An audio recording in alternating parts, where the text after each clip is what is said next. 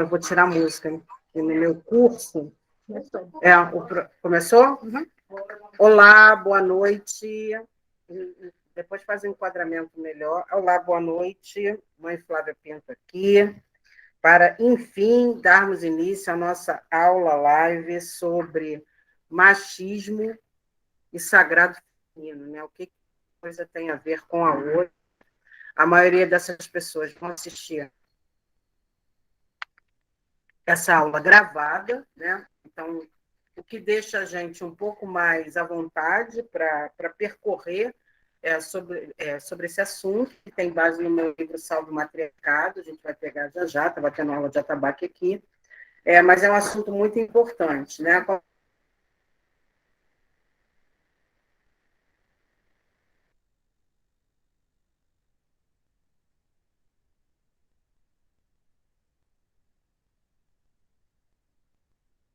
Lembrar que esse tipo de aula é uma aula que serve depois como base de estudo, né, para as pessoas que são estudiosas do tema, tanto do tema da Umbanda, quanto do tema do sagrado feminino. Né?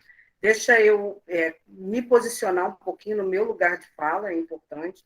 Quero também, antes, agradecer, porque a gente já está com quase 60 membros no clube, então isso é muito legal, né?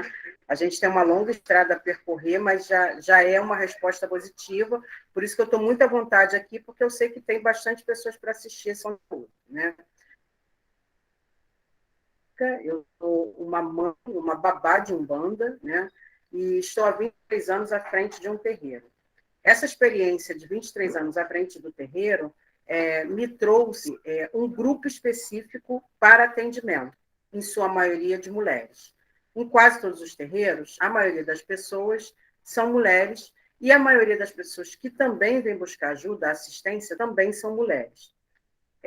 Como socióloga, minha formação é de socióloga, sou gestora pública também, especializada em políticas públicas de região metropolitana, e também sou especialista em gestão pública de políticas contra a violência de gênero na América Latina pelo IPPDH. E essa observação, na minha formação profissional, sou mestranda de políticas públicas também, eu percebi um fenômeno social recorrente na minha prática sacerdotal. Recorrentemente vinham para mim mulheres, recorrentemente vinham para mim casos de violência e de violações dos direitos dessas mulheres, recorrentemente. E, no primeiro momento, eu não me dava conta desses episódios que se repetiam. Depois de um tempo, eu fui percebendo, como socióloga e como gestora pública, que havia um fenômeno social em quase todos os casos que eram apresentados aqui. A mulher vinha relatando um histórico de violência, uma relação abusiva. Ela não entendia, ela não localizava essa ideia de abuso, ela apresentava o problema para mim, trazia não, ainda traz, como se fosse um caso ocorrendo na vida dela e que ela precisava de uma ajuda espiritual para solucionar aquele problema com aquele homem. E eu, num primeiro momento, né, nos primeiros anos, eu de fato achava, é o obsessor, é o demônio, é o troço ruim, estão fazendo macumba para destruir essa mulher, essa família, não sei o quê. E, em alguns momentos até caí no erro, muito no início, porque rapidamente fui orientada pelas entidades, antes de ter toda essa formação profissional para enfrentar a violência contra a mulher, as entidades não deixaram eu cair imediatamente nesse preconceito, nesse machismo inverso. O que eu quero dizer? Eu quero dizer que, no início, eu concordava que havia uma amante, que havia uma terceira mulher que era responsável pela dor que estava sendo causada a essa mulher que estava dentro da relação, fosse uma família ou não, e essa mulher que estava sendo perseguidora e era causadora da destruição. Ou seja, o que eu quero dizer com isso? Advogava a favor do homem. Quando a gente acusa uma mulher, a gente isenta o homem dessa responsabilidade. Né? Então, eu estou primeiro aqui marcando o meu lugar de fala. Então, eu falo na condição de uma mulher que saiu dentro de um homem, então, filha, eu sou neta, eu sou bisneta, e falo na condição de uma mulher que gerou, pariu e amamentou um homem. Então, é nesse lugar que eu estou falando. Então, quando eu defendia que uma pessoa vinha buscar ajuda espiritual no meu terreiro, né? E essa ajuda espiritual era... Essa parte era excelente para gravar. quando a pessoa vinha buscar ajuda no meu terreiro. E essa mulher que vinha buscar. Vou fazer uma pausa só para pegar esse vídeo de 1 minuto. Espera aí. Então, quando essa mulher vinha buscar ajuda no meu terreiro para um caso de um relacionamento abusivo, e eu, no início, há 20 anos atrás, inexperiente, concordava que o motivo pelo qual essa mulher estava sofrendo violência era por causa de uma terceira mulher, de uma segunda mulher, de uma amante que queria o mal dela e que o marido dela ou o namorado dela estava passando por comportamentos violentos, agressivos ou de traição, e a culpada era essa mulher, e me recorriam a mim como sacerdotisa para eu, então, fazer um trabalho para tirar essa mulher do caminho, eu caía na reprodução do machismo inverso, quando eu culpava uma outra mulher e advogava em defesa desse homem que saía incólume, ou seja, ileso, como se ele não fosse responsável pelos seus atos. Então, nesse livro aqui, Salve o Matriarcado, que dá base a essa aula live, a gente fala muito que ao redor de um homem machista tem um círculo de mulheres que o protege. Normalmente mães, irmãs, esposas, filhas, enteadas e até uma babá, né? E aí, voltando a esses fatos, a gente percebe o quê? A gente percebe que essa mulher acusa outra para ela não ter que enfrentar a realidade daquele homem que ela sabe como é, e sabe, inclusive, que, na verdade, mulher nenhuma tem o poder, nem o poder de macumba, de fazer com que aquele homem seja um homem que seja obrigado a estar com outra mulher, né? Essa visão de fez macumba, isso é muito relativo, né? Isso é usado de forma muito equivocada, muito irresponsável dentro da religião, porque, e digamos até que esse feitiço tenha dado certo, até vamos considerar essa possibilidade. Só que existe um outro caso antes disso, que é o quê? É o fato de que esse homem primeiro se relacionou com essa mulher porque ele quis. Ele se relacionou porque ele quis. Então, até que tenha... Gente, pelo amor de Deus, silêncio, eu estou dando aula. Perdão, gente, mas é a vida real. Então, quando essa pessoa admitia que esse homem possível feitiço, mas e o primeiro momento? Esse homem se interessou por essa mulher, essa amante, entre aspas. Ele a cobiçou, ele a paquerou, ele cortejou e provavelmente ele usou muita mentira para seduzir essa mulher, né? Porque dificilmente esse relacionamento externo vai ser iniciado sem uma contação de mentira muito grande, ocorrendo, inclusive, um suicídio da mulher, um assassinato político, né? Como diz Pablo Escobar, um assassinato político dessa esposa dentro de casa, dessa outra mulher, a verdadeira, né? Aqui a gente fala muito sobre isso, tá? No capítulo 6, micromachismo, que vai ser o tema da próxima aula, da próxima quarta-feira. É um tema muito denso. Quem estiver assistindo essa aula agora ao vivo ou depois, estuda o capítulo do micromachismo, que é o capítulo 6, é o capítulo que as mulheres me relatam que mais choram, que aí a outra aula... Não, né? Não vai permitir. Vai permitir? É você? Ah, tá. Sim. Então, o que acontece? A gente, nesse capítulo 6, a gente está falando sobre esse micromachismo. Então, esse comportamento, gente, que a mulher sataniza outra mulher para responsabilizá-la, né, sobre esse fenômeno, é algo que a gente precisa discutir e debater. Porque enquanto a gente, uma mulher, por ser responsável por um comportamento de desrespeito com essa mulher, por um relacionamento extraconjugal, por uma traição, por uma violência psicológica, por uma humilhação, enquanto a gente está fazendo isso, esse homem sair ileso, essa mulher vai ser a culpada, e o que vai acontecer depois? Essa mulher sai da vida desse homem e entra outra, porque é um comportamento dele, da natureza machista dele. Por quê? O machismo estruturado e estruturante na cultura diz aos homens a seguinte frase: eles podem tudo.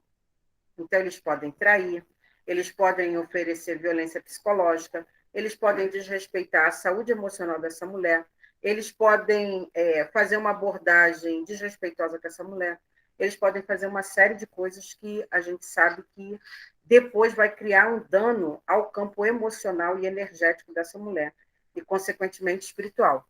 É nesse sentido, sendo o mais pedagógica possível nessa informação, é que a mulher vem procurar a liderança religiosa. E aí é nesse lugar que eu me encontro. É atendendo a essas mulheres que eu vou começar a enfrentar de verdade o problema da violência contra a mulher.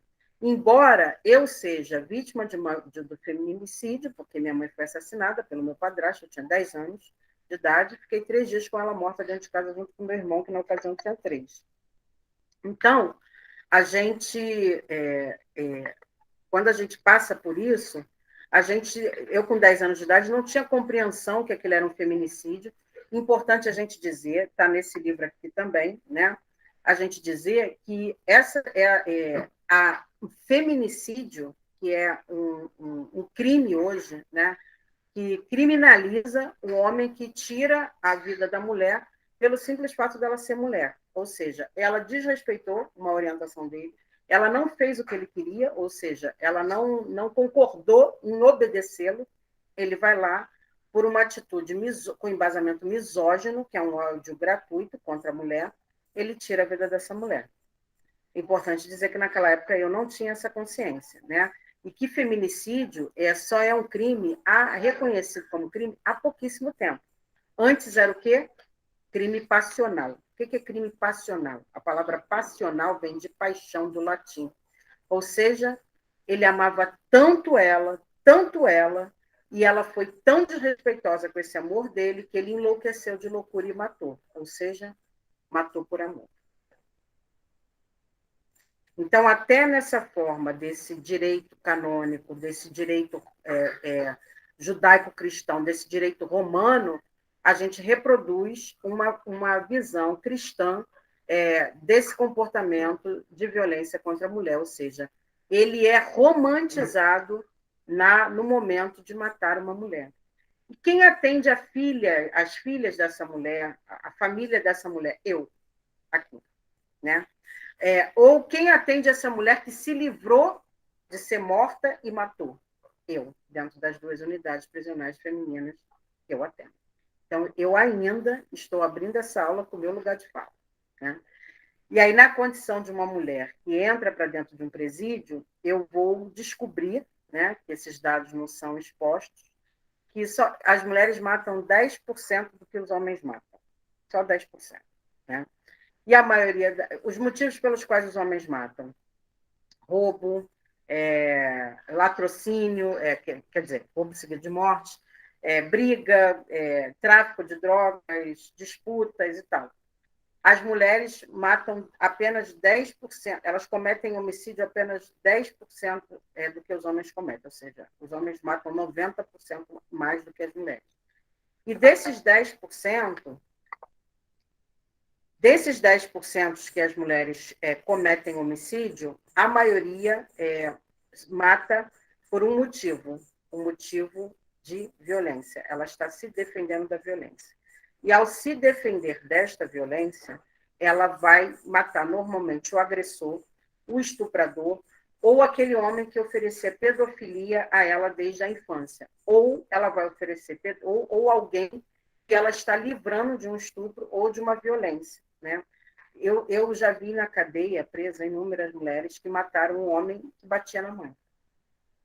E já vi, é comum, a gente precisa falar sobre isso nesse livro, isso está falado aqui, né? Também dos casos de mulheres que são homoafetivas e que reproduzem esse comportamento, né, misógino, esse comportamento violento, essa falta de respeito, essa falta de compreensão do que é esse sagrado feminino. Né?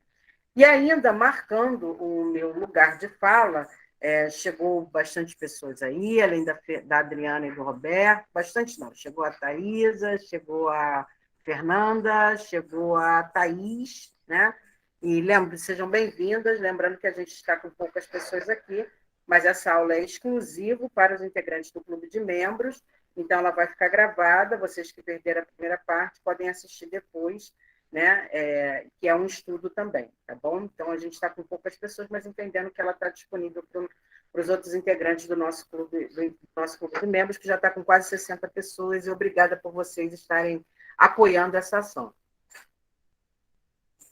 Então, voltando, né, à conclusão dessa minha demarcação do meu lugar de fala, eu fui levada a entender que eu não podia continuar tratando como problema espiritual o caso de violência contra a mulher. Aquilo não era um caso espiritual.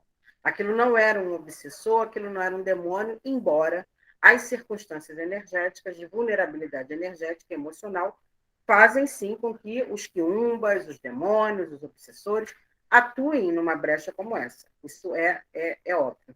Mas não era essa a origem primeira do problema, né? Como eu falei no caso da amante. A amante é responsável pelo homem que está me traindo. Não. E aí ela fez feitiço, tá? Mas quem encantou essa mulher? Quem contou um monte de mentira para ela? Tanto que aqui nesse livro tem uma frase, né? Nunca acredite no que um homem fala sobre uma mulher até ouvir a versão dela sobre esse homem.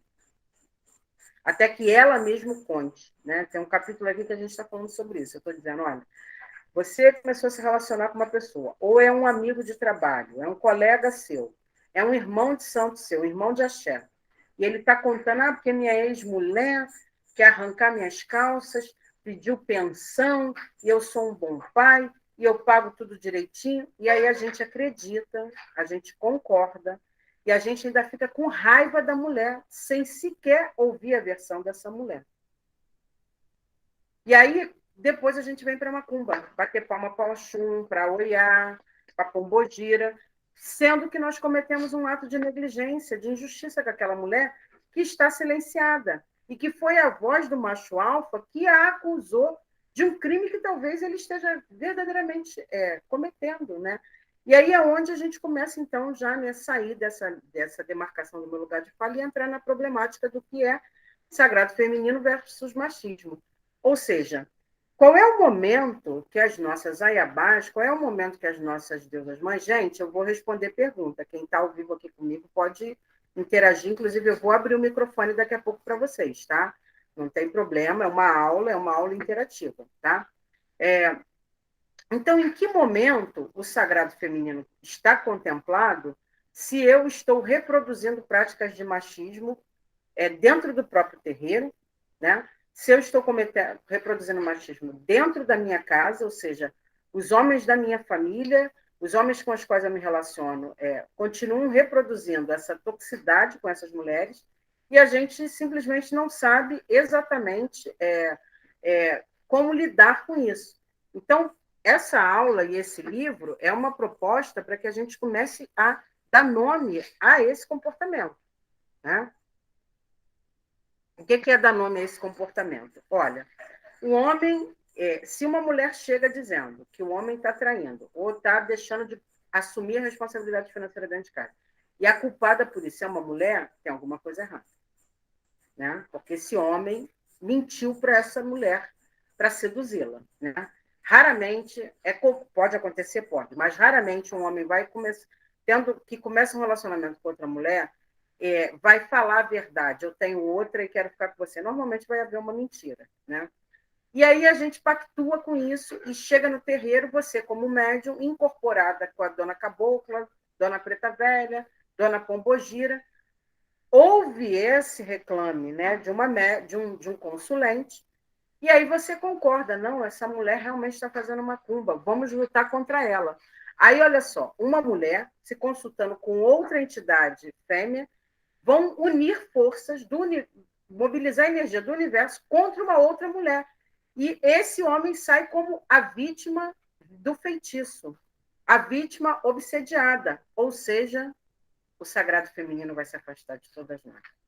Porque a gente está atacando uma mulher que às vezes está tão na teia da mentira quanto nós estamos iludidas ao tentar defender esse homem e colocar ele no lugar de vítima. Então, isso é um contra-cheque. E aí é o objetivo dessa reflexão proposta com esse tema live, né, machismo versus sagrado feminino, a gente entender que não dá mais para continuar com essa prática, uma vez que ela não traz bênçãos do universo, ela traz contra-cheque, porque a gente desrespeita toda a nossa árvore genealógica. A gente vai fazer com que uma mulher seja percebida por uma cobrança de uma dívida espiritual, energética, que ela não tem. Porque ela certamente é tão vítima quanto a gente dessa mentira que esse homem contou para ela. Né? Também não podemos continuar acreditando no que esses homens, sejam nossos irmãos de santo, pai de santo, marido, namorante, amante, ou outras mulheres, nos falam quando, por exemplo, a pessoa estava me seduzindo, estava me cantando, estava me assediando, estava isso, estava aquilo. E às vezes não estava. E aí a gente fica com ódio, né, dessa outra mulher. Eu estava desejando o meu marido, estava desejando a minha namorada, e às vezes não estava. É uma expectativa de criação de ciúme nessa outra pessoa para desestabilizar ela emocionalmente. E a gente, ao invés de refletir com lucidez sobre aquilo, a gente fica com raiva da pessoa que está dando mole para nosso homem, nossa mulher, seja o que for, né? Então, isso é também um contra-cheque na direção do sagrado feminino, uma vez que a gente não sabe se é verdade, não sabe com que mecanismo aquilo ali foi usado. Então, toda vez que nós mulheres, né, e os homens também, mas principalmente nós mulheres, jogarmos uma energia de raiva na direção de outra mulher, porque há uma mentira machista foi construída dentro de uma sociedade patriarcal que tende a perseguir a mulher, vulnerabilizar ela, isso está nos 2 primeiros capítulos desse livro, né? A gente vai fazer com que a árvore das Ayamins, as mães feiticeiras, o ventre das Ayabás, as nossas mães geradoras, as mães das águas geladas, das águas quentes, das águas salobras, as mães das águas do céu, Nanã, Iemonjá, Oiá, Oxum, Euá, Obá, elas vão nos cobrar. Trocando em miúdos, para ser mais sincera e usando a palavra correta. Vai gerar maldição para a gente. Então, discutir sororidade, ou seja, a forma respeitosa como a gente tem que ouvir qualquer coisa que se fala de outra mulher, é manter uma integridade energética, é prezar por uma ética filosófica, espiritual, com a compreensão do sagrado feminino. Porque o sagrado feminino é um círculo de mulheres, e esse círculo de mulheres que se tornam a roda da vida, né, a grande roda, quando uma mulher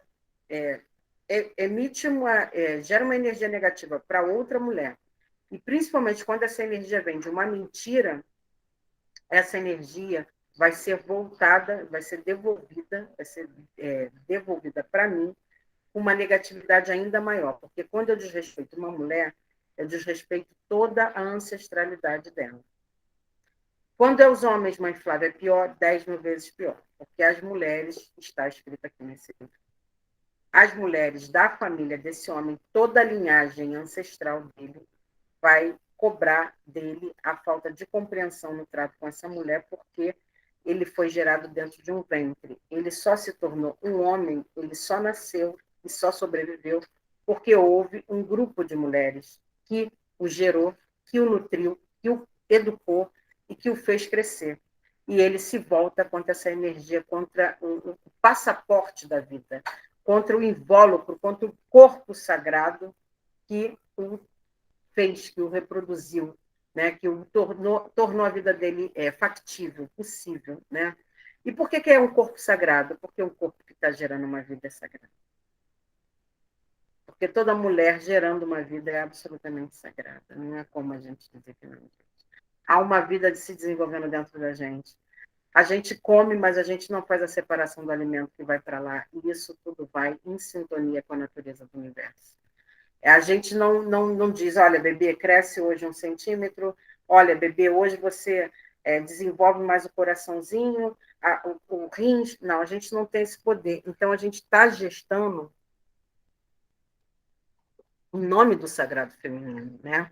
E quando esse homem, depois que nasce, esquece que ele foi invólucro desse habitat feminino, desse útero, dessa placenta, e ele se volta contra a linhagem placentária dele toda, ou seja, toda a linha feminina da árvore genealógica dele, elas mesmo que vão cobrar esse homem. Então, práticas como essa a gente precisa discutir demais, porque inúmeras vezes eu recebo mulheres, e eu posso até dizer que eu também fui uma mulher que passei por isso, onde a dor dessa mulher, a ferida que um homem causa, não é tratada de forma respeitosa pelo sacerdote da sacerdotisa da casa, muito pelo contrário. Né? Muitas vezes é dado a entender que aquilo ali não é um caso de desrespeito e violência. Vou te citar pequenos exemplos. Né? O homem deixa de se relacionar com uma mulher e começa a se relacionar com outra dentro do Orbé, dentro da comunidade religiosa, dentro do terreiro. E mal acabou aquela relação, já vem com outra para apresentar à comunidade religiosa. Aquilo constitui um desrespeito à saúde psicológica e emocional daquela mulher, que às vezes nem sabia que esse relacionamento ia acabar, porque a mentira estava sendo mantida dentro daquela relação. Então, ela vivia, às vezes, aquela relação 8 anos, 20 anos, 50 anos, de forma tranquila. Aquele homem já estava em relação extraconjugal há muito tempo, então, na cabeça dele, a relação já estava para acabar a qualquer momento. De modo que, quando acaba, ele se sente à vontade para se libertar, né? Fazer um divórcio social, não somente doméstico, mas social, ou seja, ele passa a desrespeitar o ambiente social que essa mulher circula. Ontem ela era a esposa, a companheira dele, e no momento seguinte ele está com outra mulher ali. As mulheres também fazem isso, tá, gente? E aí acontece aquilo que a gente falou, né? No início, o machismo diz o que para os homens? Eles podem tudo, né? É isso que o machismo diz. Vocês podem tudo. Então, eles estão à vontade, eles têm licença poética, dada pela cultura misógina, para fazer isso. Só que, do outro lado, tem uma mulher que ainda não está preparada, né? Tem uma música, né, que a Beth Carvalho regravou, e vários outros também regravaram, né, que é um samba, que diz assim: não, eu não estou preparado para te encontrar, amor, nos braços de outra pessoa, só de pensar já me causa dor. Então, essa música está dizendo isso, que às vezes aquela mulher não está preparada para ver aquela pessoa nos braços de outra. Então, esse homem faz um desrespeito nesse ambiente social. Quando esse ambiente é a família, já é desrespeitoso. Quando é o trabalho, também. E quando é o sagrado, lugar do sagrado, essa mulher vai se sentir extremamente violentada, porque às vezes é ali naquele ambiente do sagrado que ela está se curando daquela dor. E quantas mulheres passaram por isso? Quantas mulheres tiveram esse tipo de dor e, ao invés de terem o espaço do terreiro ou o espaço religioso para se curar, essa dor foi agravada por falta de preparo da liderança religiosa, que não teve sororidade com aquela mulher de frear aquele homem ou aquela outra mulher. Aquela outra mulher, gente, estou falando para os casos de relacionamentos homoafetivos, porque isso também acontece. Muitas mulheres entendidas reproduzem esse comportamento misógino, né? Esse comportamento machista, infelizmente. E aí o que acontece? Esse homem, essa liderança religiosa, ou essa mulher liderança religiosa que não tem essa sensibilidade, em algum momento essa pessoa vai ser cobrada pelo sagrado feminino, porque ela não está respeitando a dor de alguém. É mais ou menos assim, gente. Feriu, cortou aqui, cortei. Está machucando, está sangrando, está doendo, está dolorido, mas vai cicatrizar. É da natureza do próprio corpo. Vai cicatrizar. Tudo na vida um dia cicatriza. Agora, a depender de como eu lido com essa dor, pode ser que ela vai demorar, ao invés de 8 horas para cicatrizar, às vezes a gente tem um machucado, no dia seguinte ele já está melhor, né? E às vezes vai levar 8 anos, ou mais do que isso, para cicatrizar, a depender da vulnerabilidade emocional dessa mulher, a depender da fragilidade energética e espiritual dela, né? E aí, a gente, esse lugar sagrado, que poderia ser um alicerce energético para essa cura, se torna um lugar de dor. E aí a mulher não consegue permanecer nesse lugar. E aí ela vai ser jogada, arremessada, mais ainda ao limbo, né? Aí algumas pessoas, né, que eu tenho certeza que não é esse grupo que está nos assistindo, vão dizer assim, mas isso é mimimi. Isso é mimimi. O cara tem direito de continuar fazendo o que ele quer, porque não está mais com ela e tal, não sei o quê. Só que aí a gente entra no capítulo 5 desse livro, né, que é o quê? A saúde emocional das nossas mães. O que isso quer dizer? Quer dizer que essa mulher, se ela fosse sofrer e aquela dor fosse passar, e ela não fosse sofrer nenhuma consequência disso, seria menos pior. Já seria um dano, mas seria menos pior. Só que não é simples assim, é mais profundo.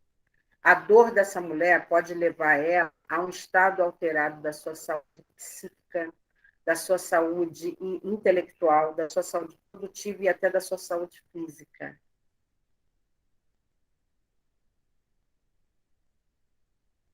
São psicossomáticas, são doenças emocionais. O Caboclo Pentaneiro, ele sempre fala isso, né? Que 95% dos casos que chegam no terreiro não são problemas espirituais, são problemas de ordem emocionais. E no caso das mulheres, gente, é impressionante. Quem não assistiu o início da live, volta lá e assiste, que eu estou demarcando o meu lugar de fala. Mas me impressiona ainda, depois de 23 anos, receber mulheres que me chegam com queixas de problemas de enfermidade, problemas de perturbação espiritual, depressão, alteração psíquica, porque foram dores causadas por homens que atravessaram essas mulheres de forma tão respeitosa que elas não conseguiram se recuperar. E esse saldo, ele é tão permissivo, ele é tão mulheres vão levar anos para conseguir entrar num outro relacionamento. Ou vão viver relacionamentos elásticos, né?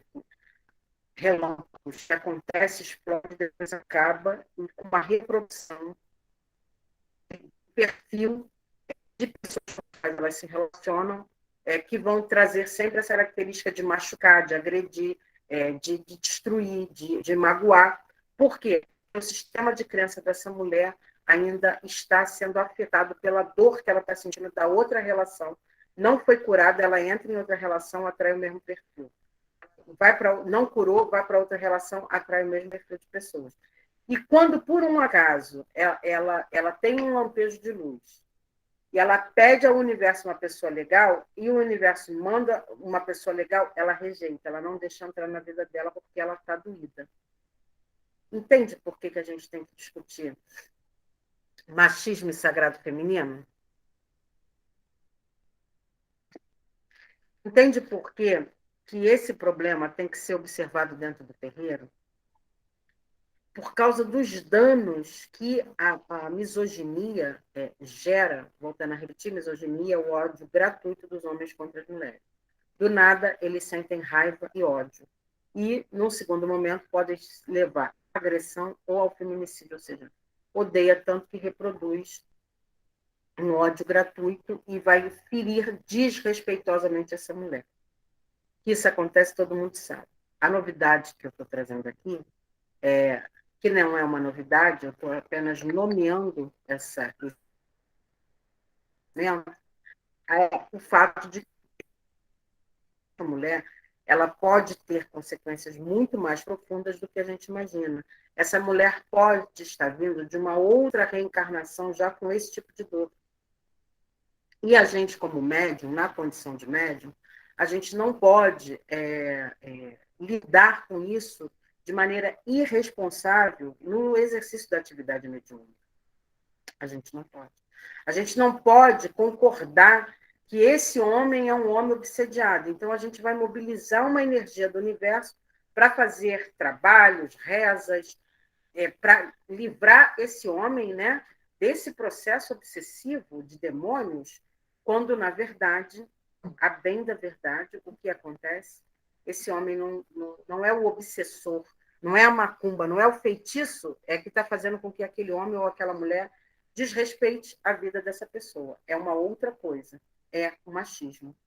Então, o que eu quero dizer com isso? Eu quero dizer que não dá para ser uma praticante, uma cultuadora ou uma pessoa que está na ponta da língua com o sagrado feminino para baixo para cima, salve o sagrado feminino, salve o sagrado feminino, salve o sagrado feminino, e ter pactuar com esse tipo de silenciamento dessa violência que acontece dentro desse ambiente religioso. Mas eu quero ir mais profundo, porque eu disse aqui que a gente não consegue mensurar o nível de dor que essa mulher pode sentir. O que pode acontecer de casa também?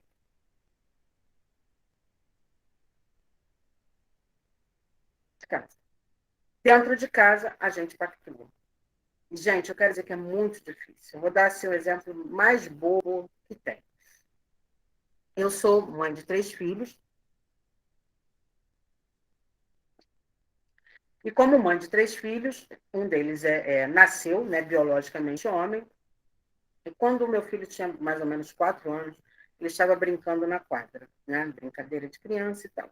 E uma menininha muito maior do que ele, assim, bem maior, não consigo lembrar a idade que ela tinha, mas ela era bem maior do que ele, ela pegou e bateu nele, bateu de uma forma muito dura, né? E eu fiquei muito chateada com aquilo. E qual era o meu desejo instintivo na hora? Instintivo materno, né? Nenhuma mãe quer ver o filho apanhar, nenhuma mãe. Instintivamente, a minha reação era querer que ele batesse nela de volta, né? E eu respirei fundo. Respirei, respirei, respirei, e ele queria ir bater nela e eu tive que tirá-lo, né?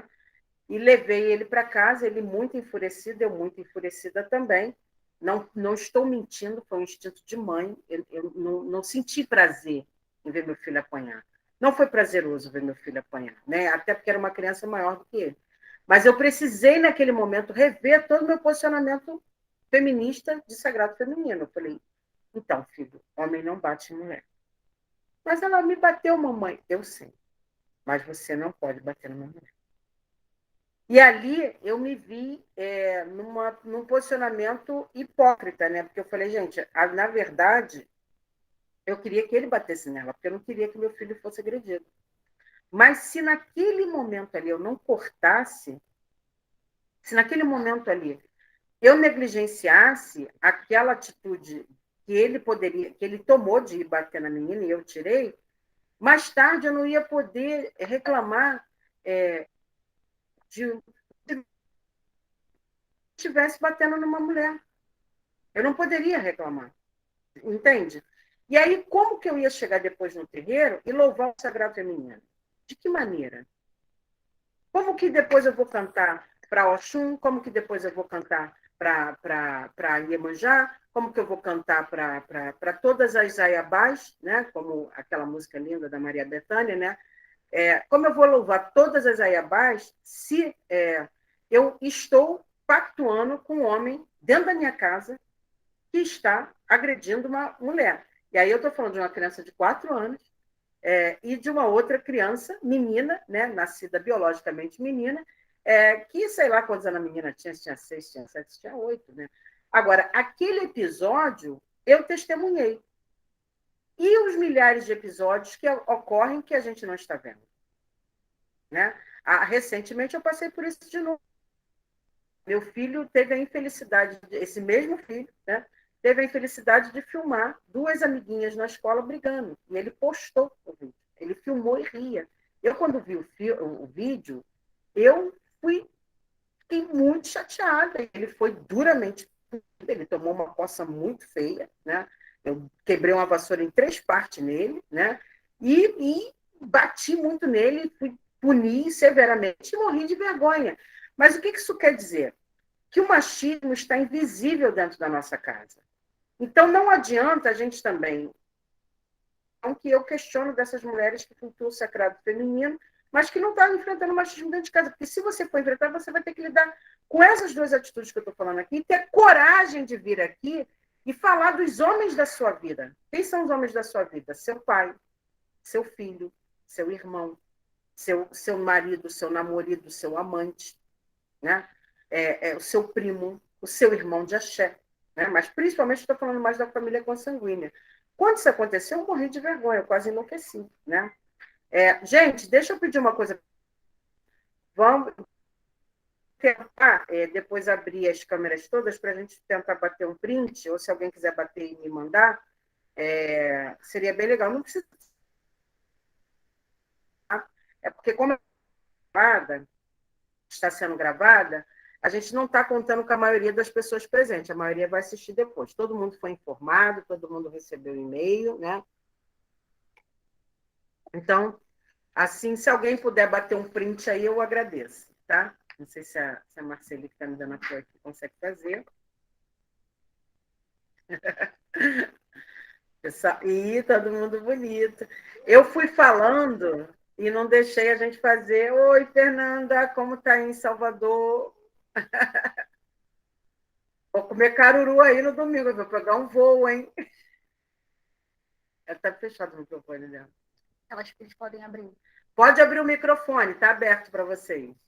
Oi, gente, boa noite. Eu falei, venha mesmo que eu vou guardar sua quentinha. Adoro. Ó, esse mesmo filho meu, o Onan, ele é baiano, né? E aí ele recebeu o caruru com 3 dias de vida. Eu estava aí na Bahia, né, quando ele nasceu. E aí, quando ele chegou da maternidade, que enfiaram o caruru na boca dele, eu falei, vai matar a criança. Nada. Eu comi foi caruru antes dele nascer.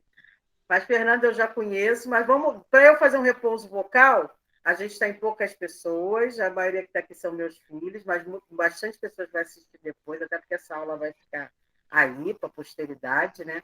Então, vamos só dizer nome, de onde são, e já abrir um pouquinho para perguntas, que eu já estou falando há 44 minutos, igual a maritaca, sem parar. Adriana, Rio de Janeiro. Nome, aonde está, qual estado?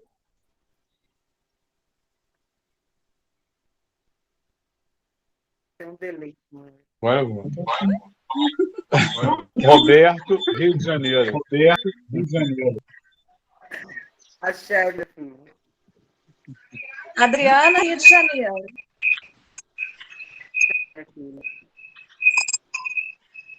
Thaísa, perdão, Rio de Janeiro. Forte costura, caso pedaço, fazer live. Fernando, você foi um que teve problemas de se adequar ao clube de membros. Ah, fui eu sim. Seu suporte mandou o link para mim. Tá. E você é de onde, Fernando?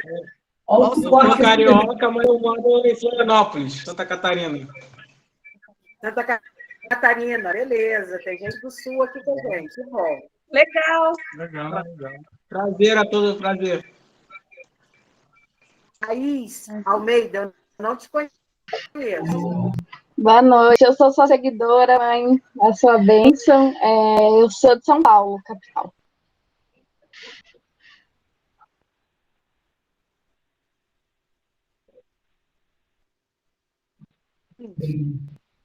Será que Thaís está me ouvindo? Boa noite, mãe Flávia. Está me ouvindo?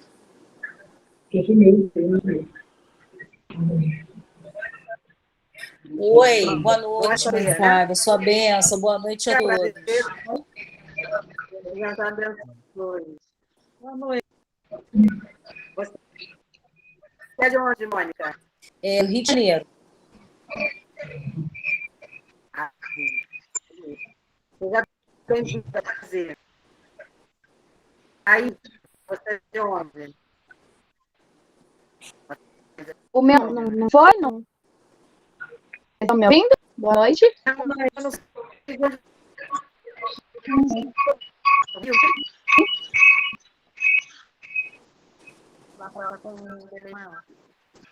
Gente, quando tiver outras pessoas falando, tem que deixar todo mundo no microfone.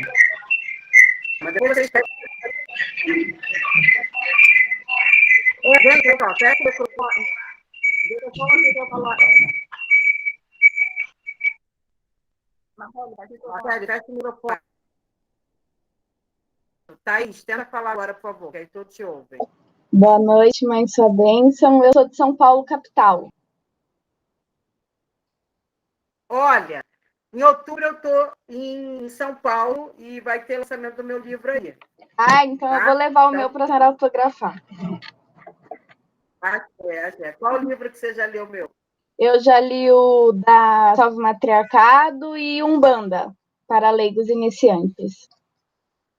Ótimo. Quando eu for, eu vou levar o Levando a Favela, que é um livro muito importante também, muito racista, tá? Muito Ele bom. está na minha lista. Acompanha aí. Eu vou anunciar a minha estada em São Paulo. Devo ficar uma semana em São Paulo. Legal. Tá bom? Tá bom. Fernanda, eu sei de onde você é, mas a nossa pequena turma aqui não sabe. Alguns, né? Isso, boa noite, gente. Eu sou Fernanda, de Salvador, e tem um tempo que vem acompanhando também, Mãe Flávia, assistindo tudo, seguindo aqui e observando tudo direitinho. Axé, axé. Gente, sobre essa primeira parte, alguém quer fazer vontade? Porque uma aula com esse tempo, ela permite isso. A vantagem de quem está ao vivo é isso, é poder fazer essas perguntas, e a desvantagem de quem assiste depois é não ter essa parte, né? Então, se vocês quiserem fazer alguma pergunta, ok, é um bom momento. Ou algum comentário, às vezes não é nem uma pergunta, é um comentário. Flávia, eu gostei muito do matriarcado e fiquei muito assim chocada quando eu tomei conhecimento de que machismo era algo assim que já era estudado, os machismos. E aí, realmente foi um capítulo muito difícil para ler, porque eu passei por uma situação muito difícil na minha vida e no meu outro casamento. Então, quando eu fui lendo, eu fui me vendo naquele livro ali, tudo que a senhora estava escrevendo. E foi assim, impactante, ao mesmo tempo foi libertador, que eu vi que eu poderia continuar o meu caminho, como eu estava fazendo, e que eu não estava errada, e que eu ia conseguir um novo caminho espiritual, como conseguir. Então, foi muito bom, foi muito bom. Obrigada. Obrigada. Esse depoimento, Adriana, ele é muito importante, porque essa situação... Gente, por favor, estudem o micromachismo para a semana que vem. A aula de semana que vem vai ser só sobre micromachismo. Não dá para falar de outro assunto, porque o micromachismo ele é o maior capítulo desse livro. Ele é o livro... As mulheres sempre me respondem que param aqui e choram. E os homens também. Eles primeiro se conectam com a mãe e depois com as mulheres com as quais eles se relacionam. E eu tenho esse relato também de homens homossexuais que falam, nossa, eu vi o que minha mãe passou aqui e como eu, de alguma forma, também era machista com a minha mãe. Então, você vê que esse tema ele é tão emancipador, né? Ele vai alcançar a gente numa posição social que não é só do grupo mais vulnerável, que são das mulheres, nós mulheres que sofremos do machismo, né? Então, esse tipo de depoimento é muito importante. Eu recebi muitos depoimentos assim. As pessoas falam, olha, no 6 eu parei, eu engasguei. Eu não conseguia. As pessoas dizem que vão lendo ele se arrastando, né? E os homens também se envergonhando daquele comportamento. Eu quero dar um testemunho também desse... Deixa o teu microfone, por favor. Quero dar um testemunho também dessa parte do micromachismo, porque a gente, homem, a gente é educado para ser machista, né? E muitas vezes, assim, essa parte do micromachismo a gente faz sem perceber. Só quando a gente lê aquilo ali, que a gente nota, que a gente percebe que muitas vezes a gente faz aquele comportamento de forma repetida sem se dar conta disso, porque a gente é criado para isso, né? Para ser machista, né? Pelas nossas mães, pelas mulheres que estão à nossa volta.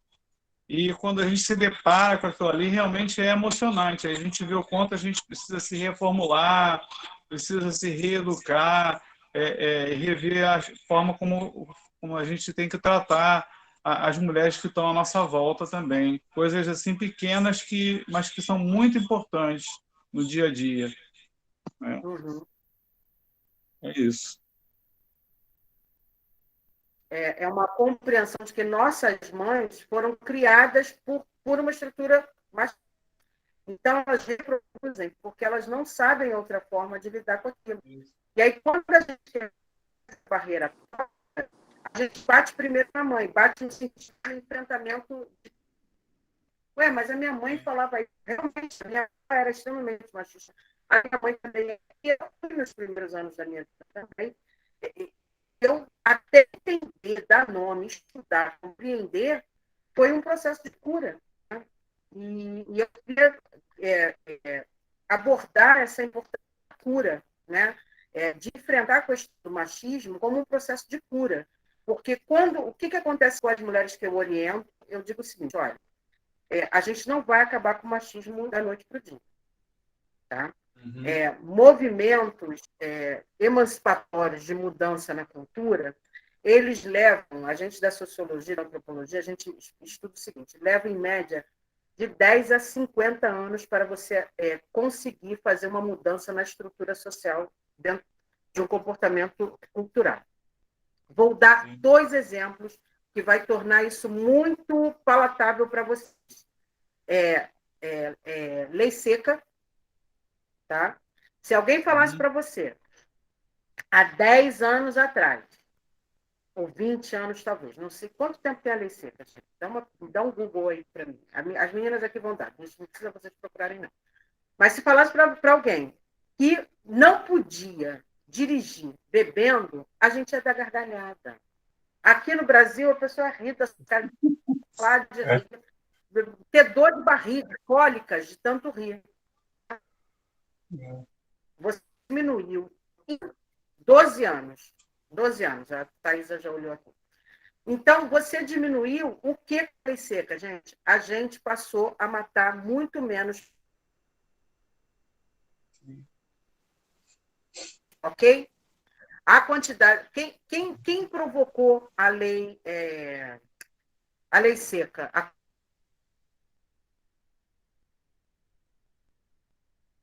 De que perderam parentes vitimados pela violência do trânsito alcoolizados.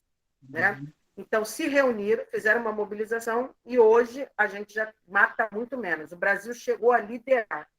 O Brasil chegou a ser o primeiro lugar no ranking mundial de pessoas que mais matavam alcoolizadas, de pessoas que morriam, homicídios por conta de álcool no trânsito. 12 anos depois, a gente já diminuiu muito. Acabou? Não, mas já mudou muito. Então, daqui a 50 anos, a gente vai ter uma outra educação comportamental que as próximas gerações vão entender de forma diferente. Mas outro exemplo, cigarro. Se alguém falasse para você, há 20 anos atrás, que seria proibido fumar dentro de um restaurante, o que você ia fazer?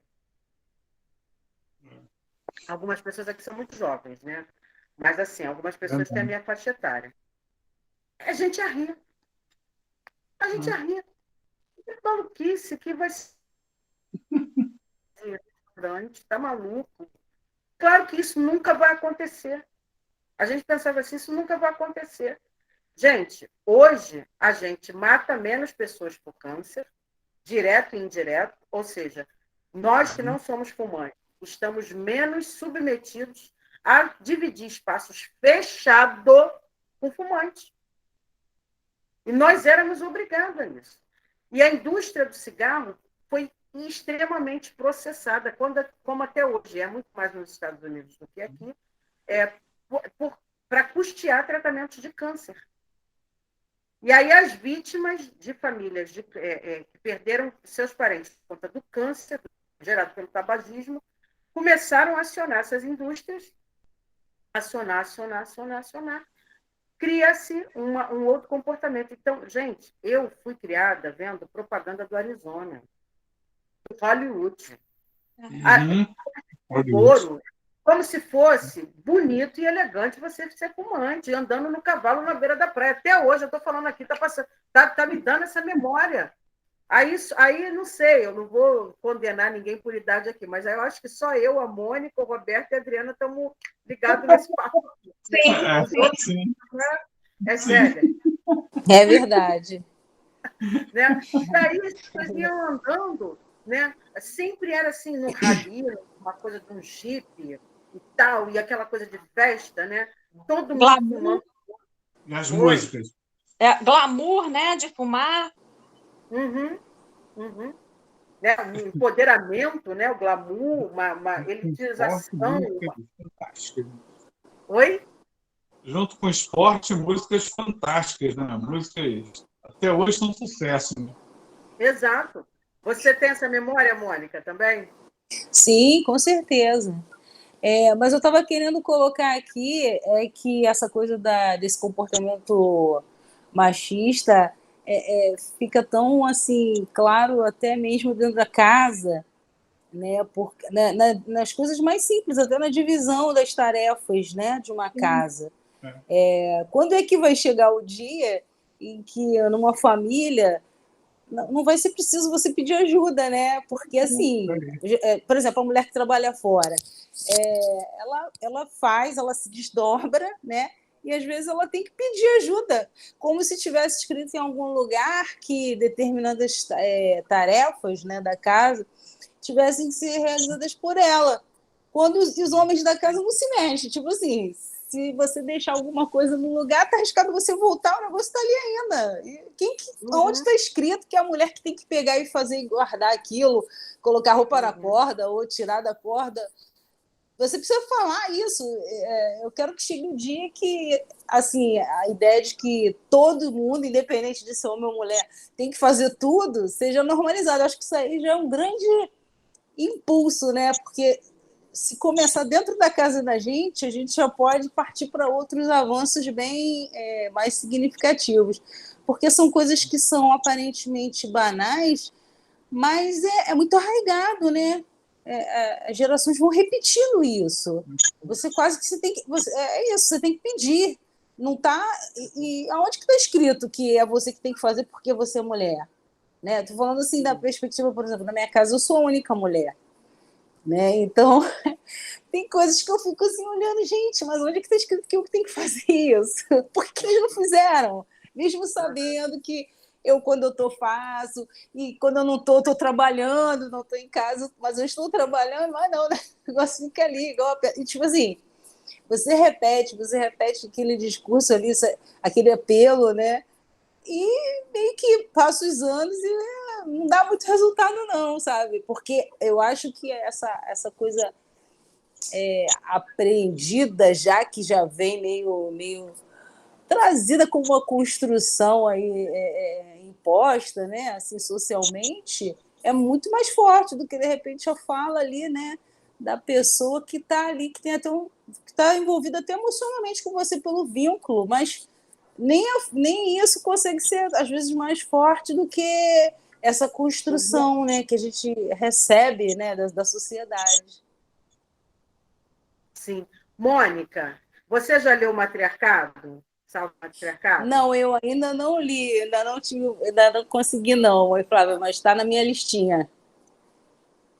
Olha, leia, por favor, que aí aqui a gente está explicando isso tudo, né?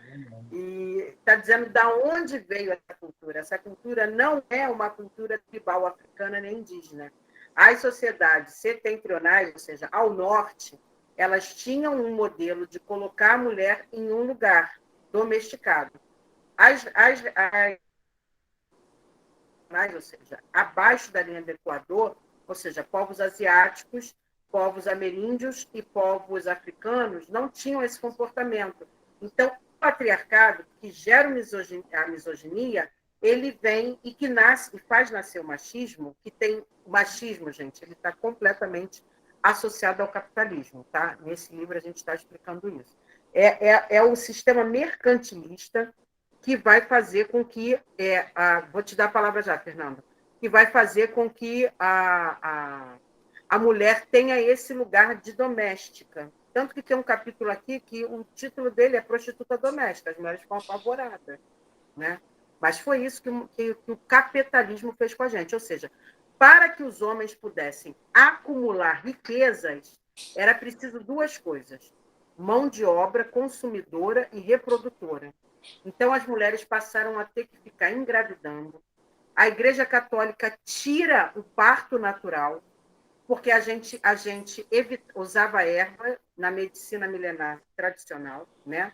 Oxum, Oyá, Nanã, Nhemonjá nos ensinava a fazer das ervas remédio, né? Das águas frias e quentes remédios, e nós não engravidávamos ou abortávamos. Eu não sou a favor do aborto, aqui está meu posicionamento, mas eu estou falando de uma medicina milenar tradicional, onde não existia pílula anticoncepcional, ok?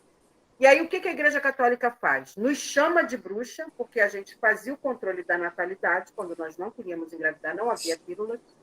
Cria a profissão de obstetra para homens, para controlar a reprodução dos nossos corpos. Para quê? Para poder ter reserva de mão de obra para alimentar o mercado acumulador de capital, onde poucos enriquecem e a maioria empobrece, ou seja, um sistema de desequilíbrio da sociedade tribal africana, indígena e asiática. O que isso quer dizer? Quer dizer que a gente gerou desequilíbrio. Então, nós conhecemos a miséria. E o grupo social escolhido para sustentar esse sistema foram dois: mulheres e povos negros. Ok? Foram dois grupos sociais. Povo negro escravizado, trabalhando gratuitamente por quase 5 séculos, né? E as mulheres, até hoje, nessa condição, não que nós negros não estejamos nessa condição.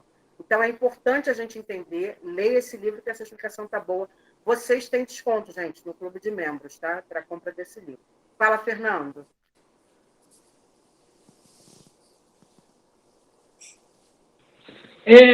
Eu queria saber se... É porque eu não tive a oportunidade de ler o livro ainda, né? Então, eu queria saber se, tipo, a distinção que tem de brinquedos, de cores para as crianças e tudo isso se enquadra no micromachismo. Sim. Não, isso nem está no micromachismo, não. Isso está bem no macromachismo mesmo. Isso aí está numa esfera macro, porque numa sociedade tribal não haveria esse tipo de brinquedos. Os brinquedos seriam, primeiro, interações com a natureza. Ou seja, ao brincar com a natureza, a criança aprende a preservar a natureza.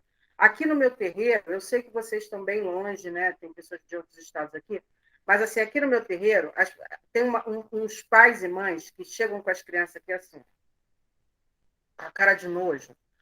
Quando chega aqui, a criança solta um indígena, um ancestral africano, a criança se espalha, se joga na terra, quer subir na árvore, vê o cachorro, vê a formiga, fica enlouquecida, porque ela está vendo natureza, e o espetáculo que ela está vendo nos olhos dela contrasta com o cimento que ela vê na casa dela. Então, ela fica enlouquecida, ativa uma memória ancestral. Então, nas sociedades, já vou te dar a palavra, Thais, nas sociedades tribais, a criança brincaria com elementos da natureza, ela brincaria com água, ela brincaria com animais, ela brincaria com atividades que desenvolveriam nela futuramente um carinho e um sistema protecionista com a natureza. Consegue entender? Quem brincou na água de um rio vai defender aquele rio. Quem brincou de plantar vai defender o plantio. Quem brincou com animais vai defender animais. Então, essa preservação do meio ambiente já está inserida ali. É totalmente diferente, Fernando, desse modelo capitalista que cria brinquedos, né, para vender e cria estilos, né, estigmatiza. Né? Olha, aqui vai ser brinquedo para menino, aqui vai ser brinquedo para menina. Então, isso é uma construção. Gente, esse livro ele tem e-book, e ele em e-book eu acho que é R$24. Vocês podem ler aí, compra direto pela editora. Realmente, para mandar para vocês, a gente manda, a gente distribui ele até para fora do país. E tem gente que prefere ele assim. Mas ele está em e-book, ele em e-book também é bem, bem legal. Pode falar que queria, Mônica. Thaís, né? Thaís, perdão. Mãe, eu fico assim com uma dúvida que eu não sei se é em relação a falta de noção mesmo, ou se é, enfim. A questão é, eu queria entender, entendo que, né, a gente reproduz esse sistema machista, e isso é cultural e é da nossa sociedade.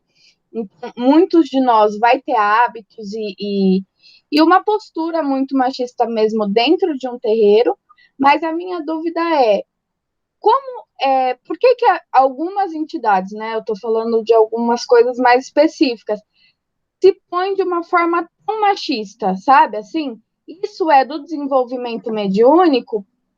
Ou o que acontece, assim? Porque às vezes você olha e você fala assim, gente, eu vejo, né, nessa entidade, tem casos absurdos, claro, que você vê que não é entidade nenhuma, mas assim, às vezes você vê ali um trabalho de cura muito bem feito, um trabalho bonito mesmo, e aí uma baboseira assim também, e aí eu fico muito confusa com isso, sabe? Uhum. Gente, eu sou mãe, tá? Eu vou fazer um momento mãe aqui, violando. Vai tomar banho, Suzy. Vai tomar banho. Vai tomar banho. Não tem roupa. Não tem, fica nua. Vai. É porque meus filhos estão aproveitando que eu estou dando aula para tomar banho. Eles estão imundos. Não, pode sumir. Vai. Leva ele, Lu, para tomar banho. Vai, anda. Desculpa, gente. É mãe ao vivo, né? Maternidade real, tá? É esse acúmulo de funções, né? Essa sobrecarga que a gente faz. Está dando aula, está cuidando de filho. Então, Thaís, esse tema é extremamente delicado, mas ele precisa muito ser apertado. Aqui na minha casa também tem entidades extremamente machistas. Mas o que eu fui percebendo ao longo do tempo? Na medida que eu fui estudando e compreendendo, foi se abrindo também outros campos de compreensão. Eu trabalho com um preto velho que ele se manifesta muito pouco. E ele é extremamente machista. Ao longo do tempo, ele foi trazendo outras explicações, né, para essa postura dele que eu acusava de machista. Hoje, estudando filosofia africana, eu consigo compreender que, na verdade, aquela prática não é uma prática exatamente machista. Ela é uma forma de lidar com o feminino em um outro lugar que nós não conhecemos, porque isso foi desestruturado da nossa aprendizagem. Mas aí, Thaís, é um mergulho profundo na filosofia africana. Eu estou estudando muito filosofia africana. Cada vez mais eu descubro coisas que foi arrancada da gente e que trouxe desequilíbrio, né? Agora, percebo que aos poucos as entidades vão mudando. Por exemplo, havia músicas que a gente cantava na casa que a gente não canta mais, né? Aquela a mulher que trai o homem merece morar na Polônia de orelha cortada e cabeça raspada para tomar vergonha ou fingida. A gente não canta mais, a pedido do seu Zé está aqui do meu lado. Mas, por exemplo, o cangaço é uma linha extremamente machista. Há fortes acusações de roubo, de estupro, disso, daquilo. Mas existe um outro lugar. Eu já fui ao cangaço, eu faço vivência. Eu sou uma mulher que eu vou para Quilombo, eu vou para a aldeia indígena, eu visito Senzala. Começou a manifestar o cangaço na minha casa, eu fui para o cangaço, inclusive esse ano já estive no cangaço, fui buscar o fundamento. Não vou dizer que eu sou uma Pierre Patumbi Berger que tem dinheiro de universidade europeia para estar fazendo pesquisa. Eu faço com recursos próprios, mas me obrigo a pisar no território onde aquele ancestral deriva. Vou à África, e aí escuto um pouco do costume local. E o que eu ouvi, não estou dizendo que seja, mas é uma outra perspectiva de narrativa. Tá? As mulheres, nesse livro, a gente está falando sobre isso, as mulheres que foram as prostitutas, as putas, porque não aceitavam o sistema. Então, qual era o lugar para a mulher que não aceitava o sistema patriarcal há alguns anos atrás? Era o lugar da rebelde. No caso do sertão, era o lugar do quê? Vou virar mulher de cangaceiro. Então, existe um movimento. A própria história da Maria Bonita é Maria Bonita que quer ir para o Lampião. Então, por exemplo, quando tem uma música aqui que o cangaço canta, que é...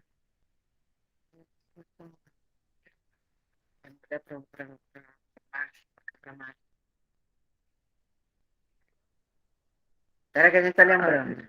Como é que é aquele ponto que é a mulher para cabra? É bonita, é para cabra macho.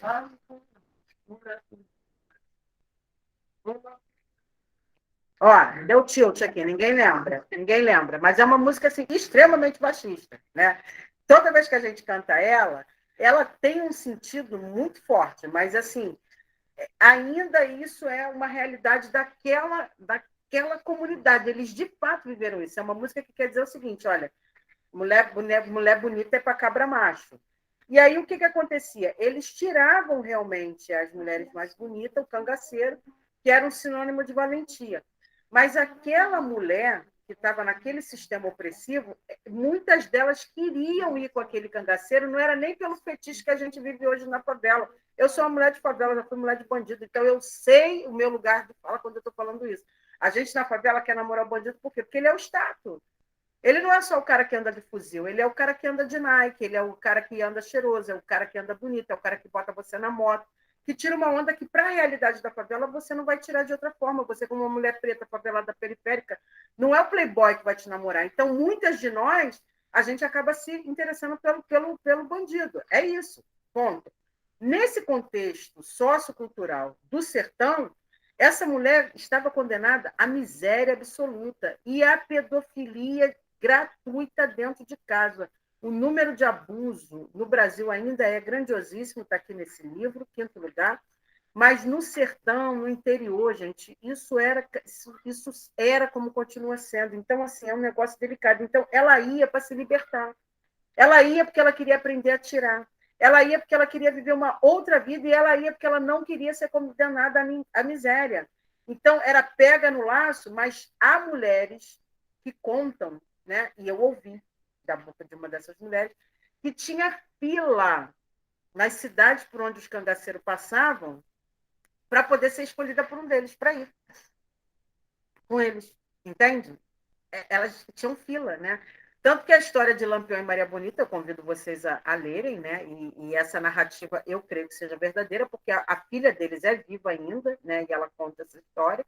Ela diz o seguinte: olha, a Maria Bonita era casada com um homem, apanhava igual um pedaço de pau desse homem, e ela se insegura para Lampião não quer nada com ela, né? Ela arruma uma confusão, na segunda vez que Lampião passa pela casa dela, ela vai se embora com ele. Então, quer dizer, ela vem fugida de uma violência, né, de um homem e vai viver com outro homem, né?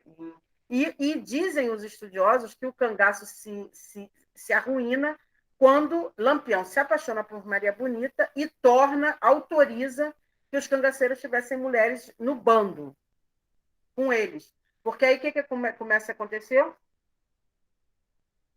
Não podia ter criança. E aí Maria Bonita, quando tem a filha, tem que deixar com alguém. Mas as mulheres grávidas demoravam mais a correr. Então, diz que depois que se deixou ter mulher no cangaço, diz que não durou mais que 10, 15 anos. Né? Então, assim, são... Oi? Pode. Para quem quiser se aprofundar mais nessa história, né, no YouTube tem um documentário, que é Feminino Cangaço, o nome do documentário, que conta a história das mulheres no cangaço. Joga o link ali, minha filha. Você não consegue, não, jogar o link ali na conversa? Ah, você tá. Na conversa. Vai jogar o link aí. Todo mundo ouviu o que ela falou? Tá? Então, assim, são perspectivas que a gente sempre tem que observar. Eu, como socióloga, é a minha formação, o recorte de tempo histórico e de condições daquela sociedade, daquela cultura, ok? Aquela sociedade, aquela cultura, porque se a gente também for fazer uma avaliação, essa avaliação às vezes é rasa, porque a gente não conhece a estrutura dessa sociedade, né?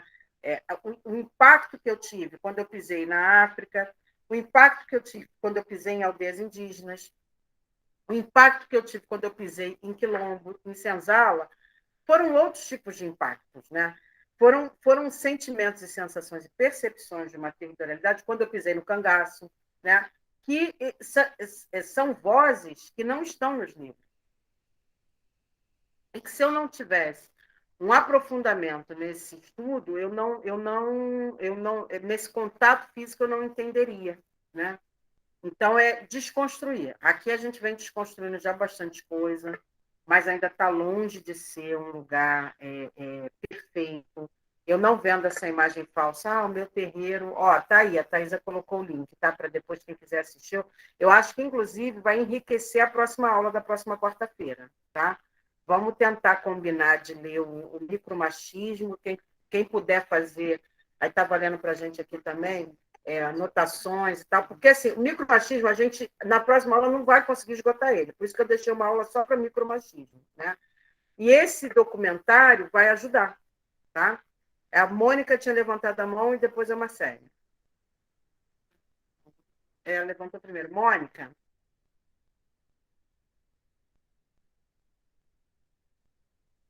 Mônica?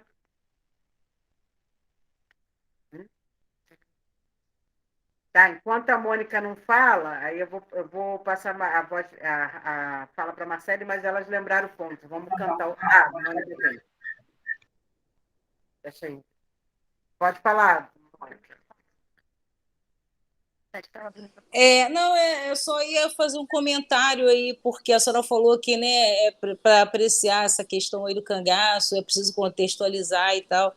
E eu semana passada, eu li um livro pequenininho chamado Perigo de uma História Única. Sim, maravilhosa, maravilhosa, maravilhoso, né? E assim, como é que é essa coisa da visão, né? A gente precisa avaliar o ponto de vista, né? Conhecer o contexto, né, para poder fazer algum julgamento e não sair atropelando, falando de uma realidade que a gente não conhece, na verdade. Era só isso. Gente, super recomendo. Esse livro da Chimamanda Ngozi é uma escritora nigeriana. Ela está entre as 10 escritoras mais badaladas do momento. Uma mulher preta, africana. Isso não é uma tarefa simples. Os livros da Chimamanda são mais assim. Esse O Perigo de uma História Única, ele é maravilhoso. E como educar crianças feministas, assim, eu poderia indicar vários da Chimamanda, né? Mas esses dois, eles são muito bons. Chimamanda é maravilhosa, tá? Super recomendo. Inclusive, esse Perigo da História Única também tem documentário no YouTube. Se colocar lá, aparece. Porque foi uma entrevista, né? Que ela deu. Muito bom. Obrigada pela lembrança. Vale a pena assistir também, quem quiser. Marcele? Oi, gente. Boa noite. Demorei muito para...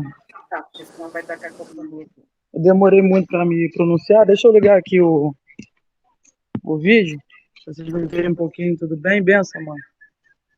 Se ela for, vai para a quarta postura. Eu tô tomando benção, gente, mas ela tá ali. Mas ela quis assistir como aluna. Está trabalhando, ela não, a querida dela não vai conseguir assistir a aula. A mãe fez um breve comentário, né, sobre a atualização das cantigas, né, dentro dos terreiros. Se eu não me engano, foi até uma pergunta que a Thaís fez aqui. E aí eu vou trazer para vocês, eu escrevi aqui rapidinho, eu lembrei um pedaço, e aí eu vou trazer um pedaço da resposta dessa cantiga, que na verdade é um samba, e dentro do terreiro acabou virando uma cantiga extremamente machista, né, misógina, e acaba com o sagrado feminino.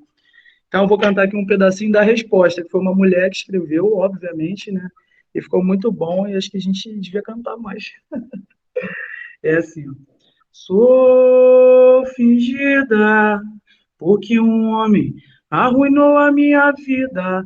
Antes eu não te traía, só lavava e passava. Hoje eu bebo, hoje eu fumo e faço amor de madrugada. A mulher que trai o homem merece ganhar uma coroa. Colar de brilhante, tapete vermelho. Você é boa, traidora, eu sou fingida. Aí sim, ela fala porque ela é fingida, porque ela sofreu bastante na mão desse homem. Então ela precisava reverter essa história, né? Era só isso. E aí, eu quero fazer uma reflexão em cima dessa fala, né? Quando a gente ouve, fala, nossa, está louvando a mulher que trai o homem, a mãe de santo está apoiando esse posicionamento, aí eu vou cantar a versão original, caso algum de vocês aqui não conheça, né? Porque eu falo da macumba, eu sou macumbeira, mas não necessariamente todo mundo aqui é da macumba, né? Aí como é que é a música?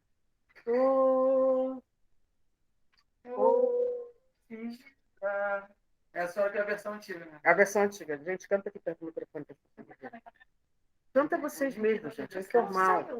Ô, você sabe.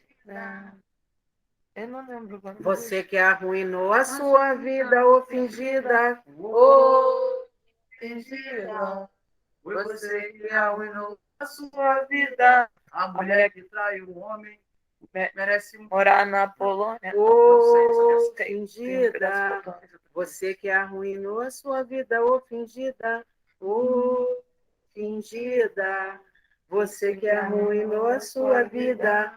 Esperaste eu sair para o trabalho, poste outro em meu lugar. A mulher que trai o homem merece morar na Polônia, de orelha cortada, cabeça raspada, para tomar vergonha. Então, assim, esse ponto foi cantado aos berros na minha casa durante anos. Hoje a gente não canta tanto tempo que a gente teve dificuldade de lembrar o ponto, né? E aí, quando você apresenta uma versão que enaltece a mulher, que faz a mesma coisa do homem que estava enaltecendo a mulher que era punida, né, pela traição, dá um estranhamento. Que isso, né? Mas onde é que está o sagrado feminino na prática machista dentro do terreiro? É um assunto que a gente está debatendo aqui. Né? Como é que a gente faz, né, para vencer isso se o micromachismo ele é invisível, ele é invisível na cantiga? Por exemplo, às vezes, quando a gente está na balada, né, eu sou uma mulher que eu saio, às vezes é difícil estar tocando uma música que você está, às vezes, dançando. Toca uma música que faz assim, até na academia. Às vezes eu estou na academia e entra aquela música. Outro dia eu parei de fazer aula de jumper.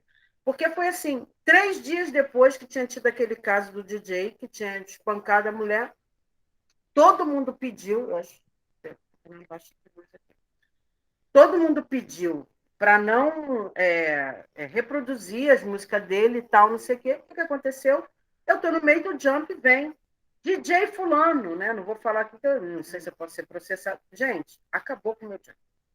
Porque aí a imagem da mulher sendo agredida ainda estava muito forte na minha cabeça. Eu falei, não, é muito complicado. Então, isso é um micromachismo, né? Porque ele está ali e você vai cantando aquelas músicas, né? E que vai ferindo outras mulheres. E aí, esse sagrado feminino, ele não está em consonância com esse lugar. Então, a ideia, a proposta desse livro, né, a partir dessa experiência que eu acumulo há 23 anos atendendo mulheres, é não continuar reproduzindo esse tipo de machismo dentro do terreiro, tratando assuntos que são de ordem da violência de gênero contra o gênero feminino como um problema espiritual.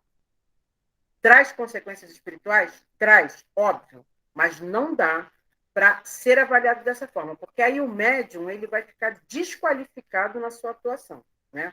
Eu vou dar um outro exemplo, assim, não sou autoridade do candomblé, sou uma Iaô, mas eu vou dar um exemplo. Eu não sei se tem alguém aqui do candomblé. Existe festa de Oxóssi, festa de Ogum, festa de Exu, festa de Xangô, festa de Oxalá. E existe festa de Aiabá. Eu, quando entrei para o candomblé, que eu vi esse troço, como assim? Bota as mulheres todas juntas para fazer uma festa só, tipo, Oiá que tem que zila com Oxum, Oxum que tem que zila com Oiá. Pô, não é isso, sabe? Então, assim, é um negócio que eu falei, gente, quem não é do candomblé não vai estar localizando essas informações. Mas, assim, então, são coisas que, antigamente, na minha casa, os homens comiam primeiro. Hoje em dia, a gente tenta fazer como é uma sociedade matrilinear, come por hierarquia. Né? Claro que, em alguns casos, os homens vão comer primeiro porque são orgânicos, mas a gente tenta contemplar a senioridade, né? Quem tem carro, quem não tem, mas não necessariamente ser somente os homens, porque eu estava reproduzindo isso aqui dentro. E desprogramar, gente, não é fácil. Eu sou uma das poucas que ainda estou enfrentando isso. A maioria das mulheres não são respaldadas nesse sentido. Né? As mulheres não têm, à frente de terreiro, não têm coragem de botar essa banca igual eu boto aqui. Né? É um desgaste, é difícil, não vence da noite para o dia, porque aquele homem sai da minha casa, na casa dele, vai ter aquela reprodução do machismo. É assim com os meus homens da minha vida, meu filho, pai dos meus filhos, e é assim com os homens que eu me relaciono, meu irmão, chefe, colega de trabalho. Às vezes a gente vai numa reunião de trabalho, você está se relacionando ali com o homem profissionalmente, e ele vem com misoginia para cima de você. Ele vem com subestimação. Há pouco tempo mesmo, eu estava numa reunião política importante com a autoridade, e simplesmente, como eu estava assim, de mãe de santo, né? Ou seja, a única mulher preta naquele ambiente, ele me dava fala. Não me dava fala. Então, são os homens que a gente se relaciona. E aí eu tive que atravessá-lo, né?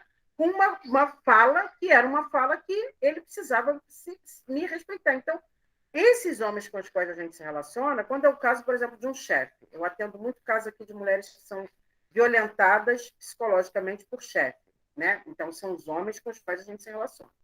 Essa mulher, às vezes, convive com esse homem 8 horas por dia. 8 horas por dia.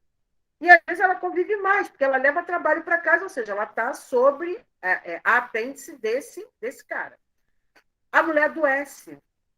Aí vem aqui querer tratar um problema espiritual. Ela está mal, está fraca espiritualmente, mas é um problema com aquele chefe, com aquele patrão, né? E aí ela não se dá conta que essa é a situação, que essa é a realidade.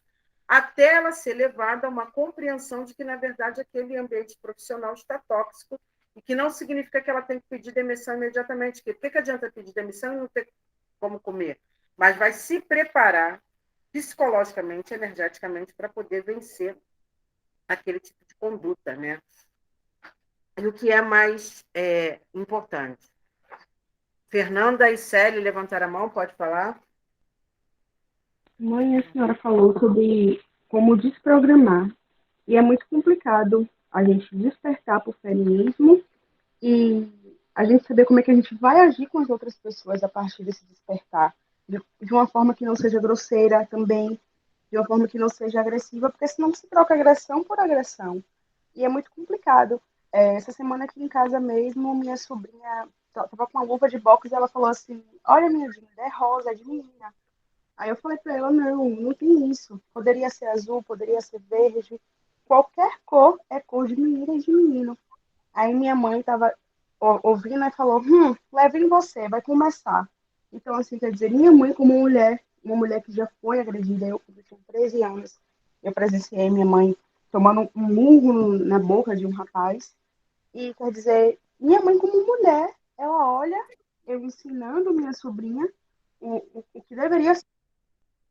E ela já fala assim, ó, leve em você com esses assuntos.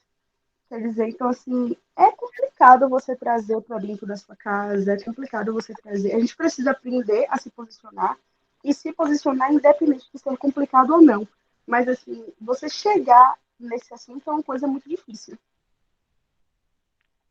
Sim. Sim, concordo, Fernanda. Foi o que o Roberto trouxe. As nossas mães, se você olhar para sua mãe, estou falando assim, nossas mães.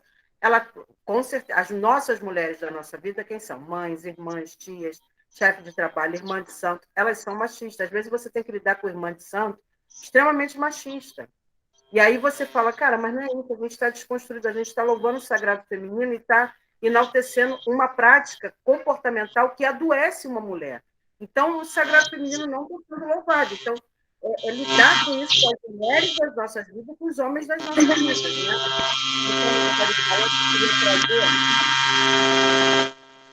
Nosso microfone, Fernando.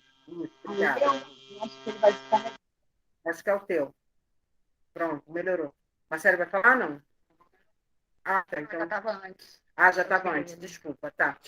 E aí eu queria trazer, a gente já está 1h30 aqui, queria trazer uma perspectiva já de fechamento, trabalhando a ideia de cura.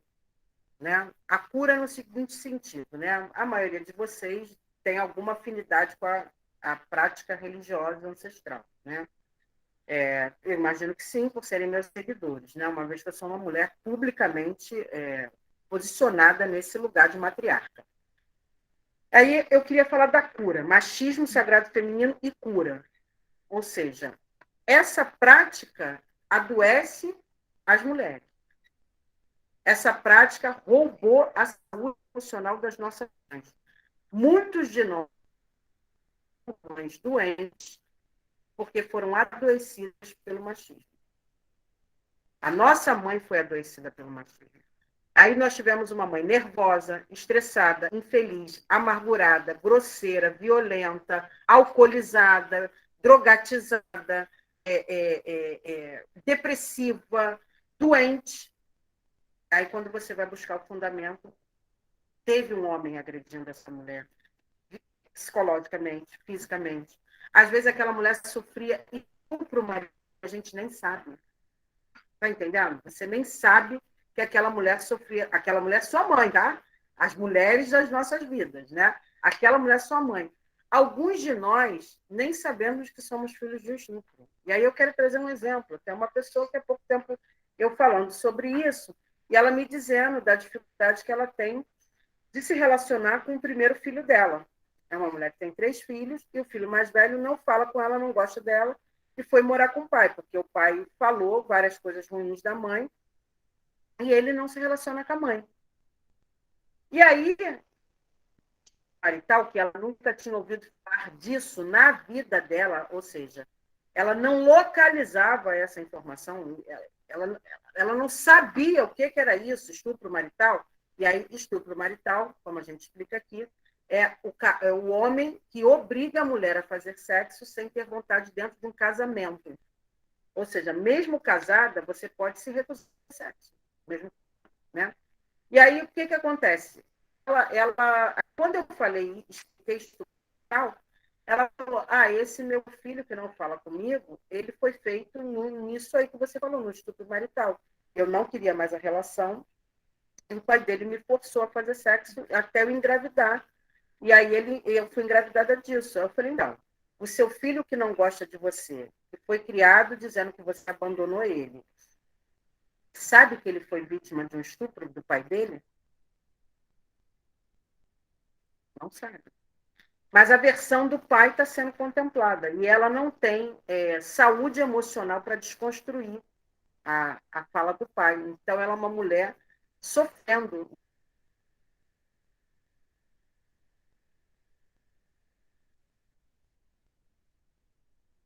Estuprada, gerou uma gravidez compulsória, teve um filho arrancado dela e depois, sem ainda estar com essa ferida organizada, gerou outros filhos sem estar curada dessa maternidade dolorida.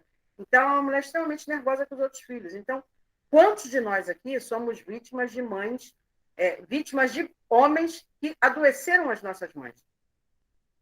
Eu sou um. E meu pai fez isso com minha mãe. Eu sou um. Tá? E quantos casos de violência essa mulher não silenciou que a gente não sabe, ou físico ou psicológico? Quantos? Quantos casos de violência essa mulher silenciou? Né? Então, a gente precisa pensar nisso, nesse processo de enfrentar o machismo como cura de questões emocionais das nossas mães, das mulheres da nossa vida, das mulheres com as quais nós nos relacionamos, filhas, irmãs de santo, irmã consanguínea, tia, sobrinha, avó, tudo, sabe?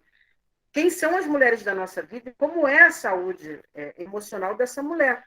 Às vezes você pode ter uma filha biológica que está passando por um caso de violência e você não sabe.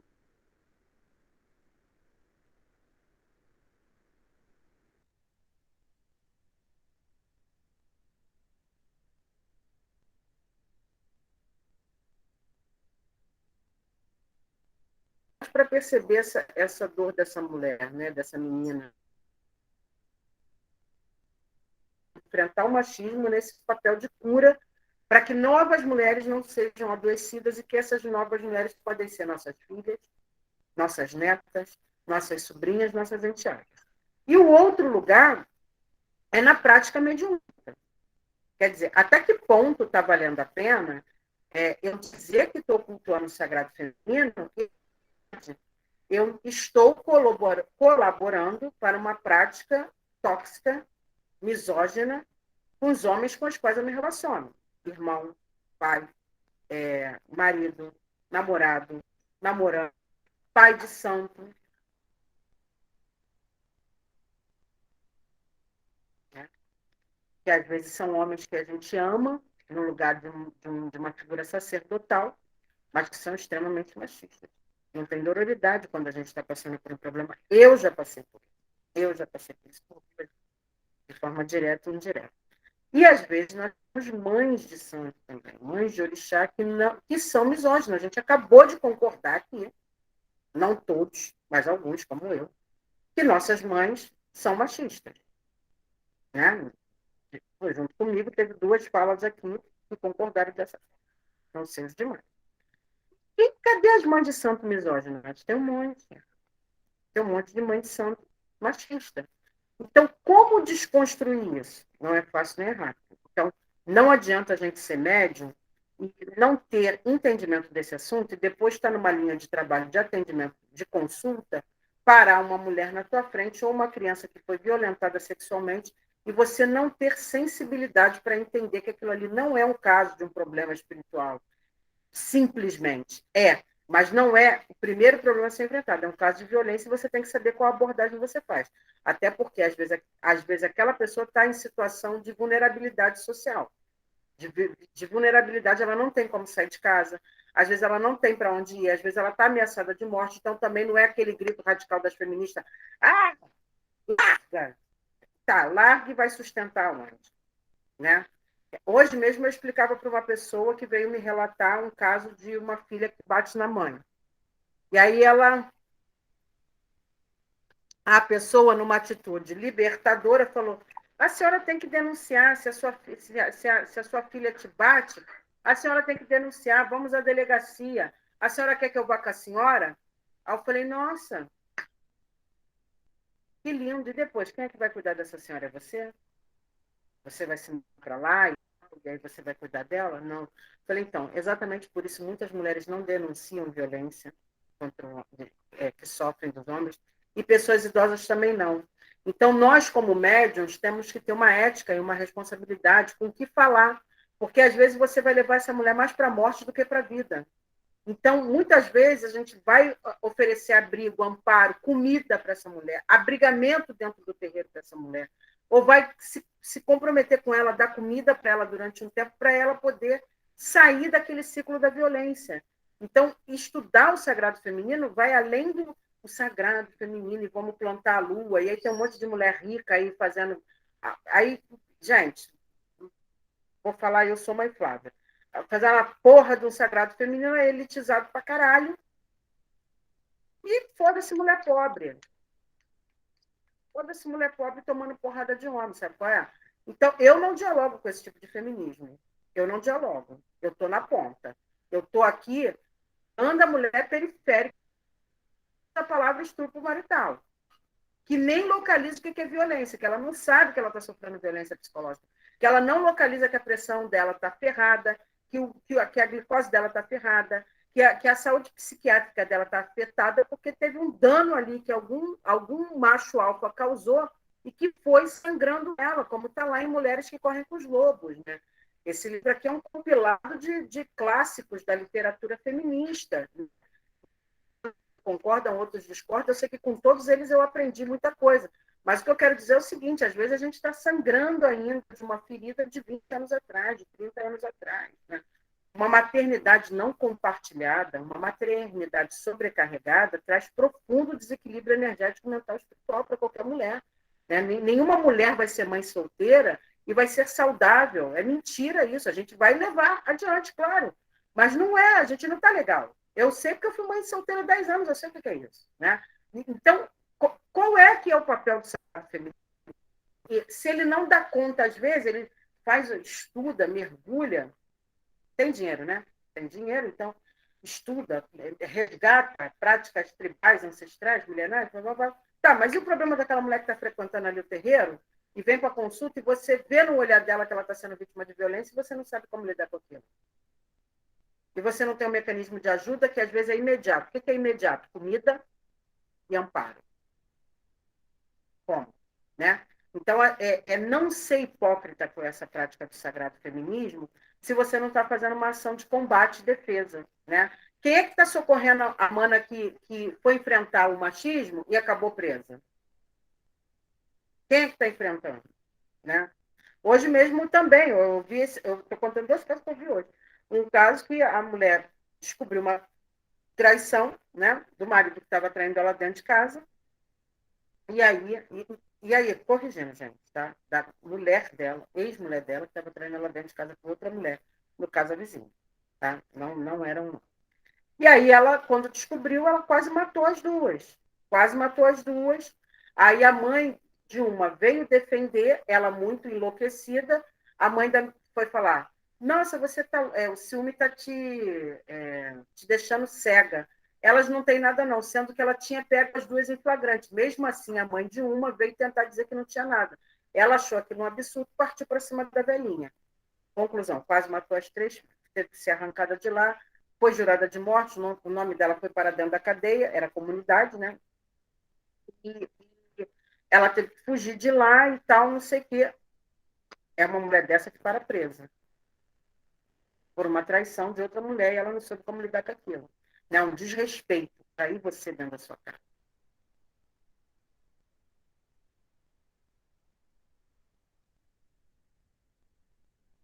Ato que uma mulher ou um homem machista pode fazer com você. E aí você para preso. E aí quem é que está na ponta resolvendo o problema dessa mulher, o B.O. dessa mulher que ficou lá desamparada? Porque alguém traiu ela e levou ela a um nível de adoecimento emocional que ela não conseguiu se curar sozinha. Cadê a rede de apoio? No meu caso, no presídio, mais do que o meu colo ancestral, matriarcal, eu tenho que levar aquilo que aquela mulher não vai receber da sociedade, porque ela virou a criminosa que foi ferida e reagiu. Eu tenho que levar um absorvente, eu tenho que levar uma roupa, eu tenho que levar uma calcinha. O que eu posso fazer? Mas para atende todo mundo, não. Mas até onde meus pés.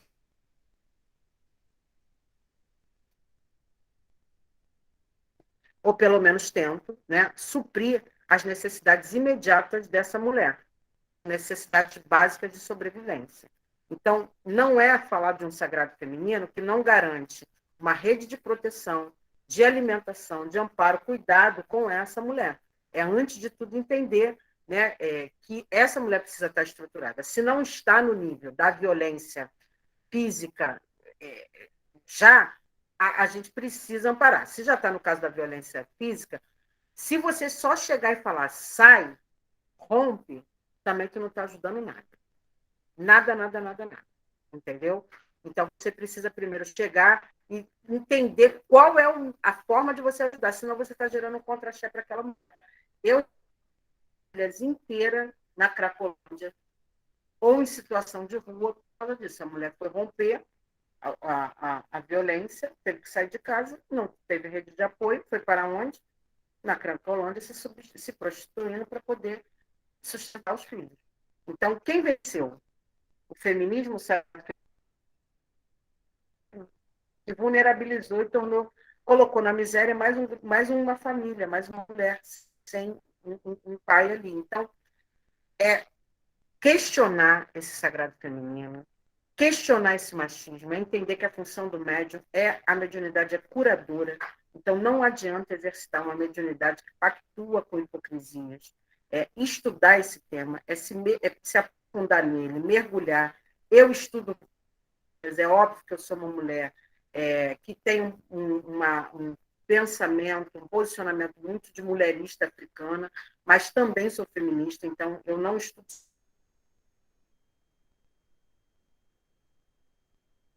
muito com elas, né? Mas não paro de estudar o machismo. E o que eu quero dizer também é o seguinte, não somente para as mulheres que estão aqui, mas temos 2 homens aqui, e esses homens podem ser pais, podem ser irmãos, são filhos, obrigatoriamente, de alguma mulher, né? Então, nesse lugar que o machismo tem que ser encarado por vocês, né? E entender o seguinte, a cura contra o machismo, a gente começa a fazer esse bate-papo.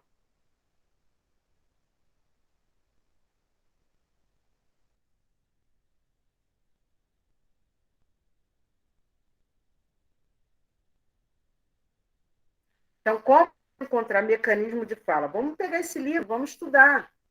Vamos fazer no Evangelho o estudo desse livro. Que tal? Né? Vamos começar a debater. Porque eu dei 2 testemunhos aqui, do meu filho com 4 anos de idade e dei um testemunho do meu filho recentemente com 12 anos de idade. Então, a estrutura é o que o Roberto falou, cria um homem para ser machista. Então, alguém tem que descriar. Alguém tem que desconstruir. Então, o seu sagrado feminino vai estar sendo ativado quando você desconstrui os homens com os quais você se relaciona e as mulheres com as quais você se relaciona, né? Então, se eu não estou praticando isso dentro de casa, também não adianta praticar na rua. Então, os homens e as mulheres com os quais a gente se relaciona precisam estar sendo atravessados sobre essa consciência a ser despertada. E aí a gente entender qual que é a importância, né, dessa prática, para que a gente não fique levando uma rosa para Oxum, uma rosa para Iemanjá, uma rosa para Oiá, uma rosa para Pombogira, e a gente está matando as mulheres que a gente convive, reproduzindo o machismo. Então, para encerrar, ao redor de todo homem machista, há um grupo de mulheres que o protege.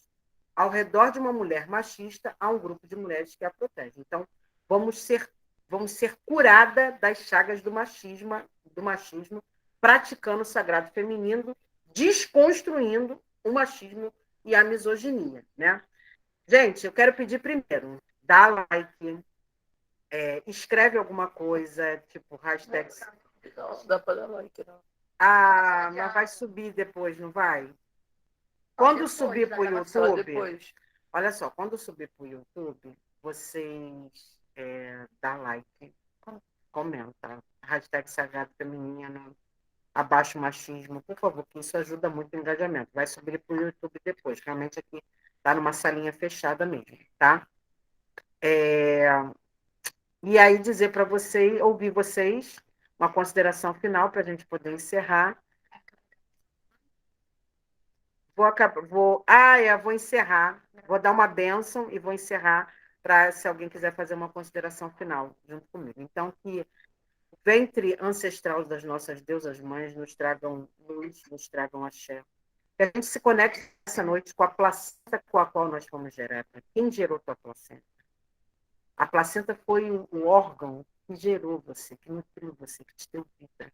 Então, o ventre da vida, a grande dama da noite que te gerou, que dormiu noite com você dentro dela e que deixou de dormir algumas noites porque você dormia dentro dela e que depois que você nasceu ela também não dormiu algumas noites por sua conta, por conta da sua existência, esse lugar tem que ser sagrado para você. Então, que todas as deusas mães, em nome do ventre da placenta que te gerou, nutram o seu ori, a sua cabeça, com a verdade do sagrado feminino, a profundidade do sagrado feminino, e que você possa brindar a toda a sua linhagem ancestral, porque todos os homens da sua vida, os homens com os quais você se relaciona, todos, filhos, pais, chefe, irmão, sacerdotes, foram gerados dentro de uma mulher. Então, que nossos homens e nossas mulheres, possam estar conectados com a linhagem ancestral das nossas grandes aiabás, das nossas aiaminhas chorongás, das nossas lebaias, nossas pombogiras,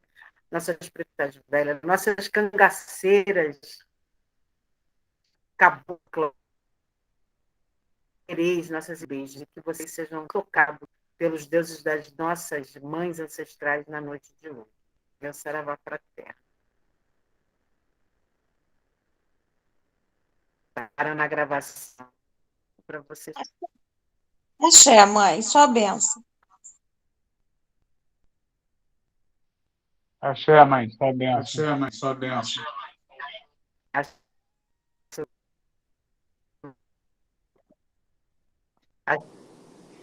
Oi, a pessoa. Obrigada, viu, Nete?